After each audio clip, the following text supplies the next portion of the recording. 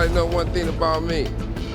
I don't care any in Hollywood, any in the streets, especially Hollywood rappers.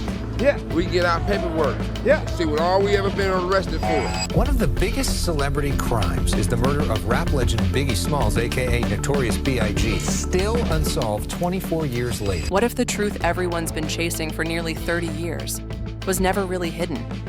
What if it was sitting there the whole time, in the shadows, in the whispers, in the silences of the people who knew and just never said a word? March 9th, 1997. Los Angeles.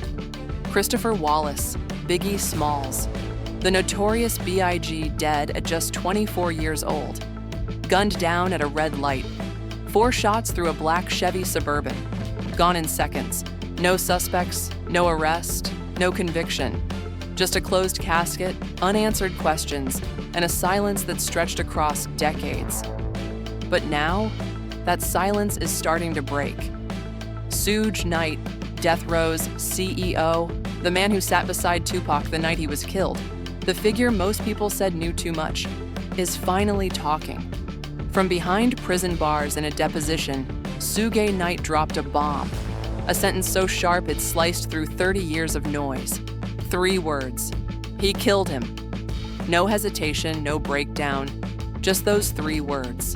And with them, everything changed. But to understand why that matters, you've got to rewind the tape. See, Biggie wasn't supposed to be in LA that week. He had a trip planned to London, scheduled interviews, a press run for Life After Death, photo ops, safe, clean, international exposure. But at the last minute, the plan changed. The story goes that Puff, Diddy, convinced him to stay. There was a vibe party at the Peterson Automotive Museum. Cameras would be there, industry elites, a perfect chance to show the world that Bad Boy Records wasn't scared, that the East Coast still stood tall on the West Coast. So Biggie stayed, and by the time that party ended, so did his life. Now here's where Suge's statement shakes the room, because he draws a sharp contrast. He talks about that night in Vegas with Tupac, says he made sure Pac was in his car, says he didn't trust anyone else. He wanted his artist close, protected. And when shots rang out, Suge caught a bullet too. He bled beside his man. Now flip it.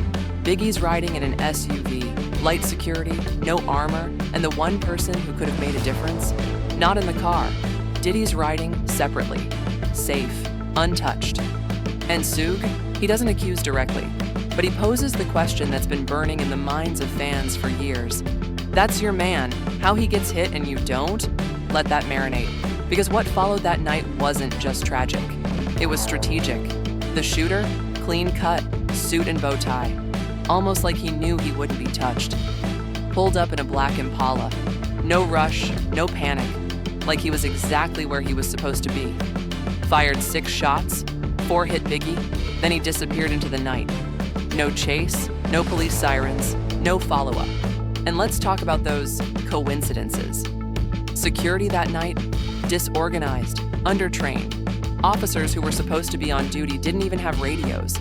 No armored vehicle, no contingency plan. Traffic lights, green for the shooter's car, red for everyone else. Surveillance footage, didn't catch anything useful. Yeah, right. That's not bad luck. That's intent. Because from the beginning, the streets knew this wasn't random. It was too smooth, too clean, too professional. It was a hit. But here's the part people don't like to talk about. This wasn't about East Coast versus West Coast. It wasn't about lyrics or rap beef or magazine covers. It was about power. Power in the boardroom. Power in the streets. Power in the shadows. Suge Knight said it. And like it or not, he's been there. He's played the game from both sides, corporate and criminal. And now that he's got nothing left to lose, he's saying the part nobody ever wanted to say out loud. Biggie wasn't just murdered, he was set up, and the people who should have protected him were either silent or suspiciously distant. Now think about the pattern. Tupac, killed in Vegas.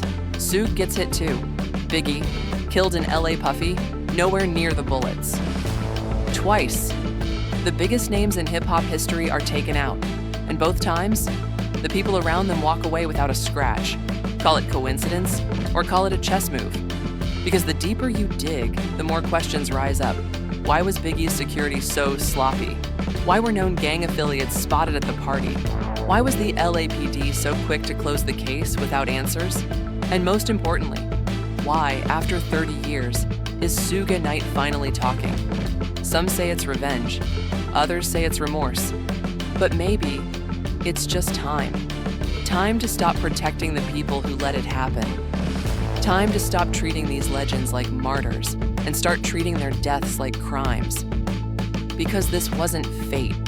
This wasn't music beef. This was betrayal. Cold, quiet, calculated.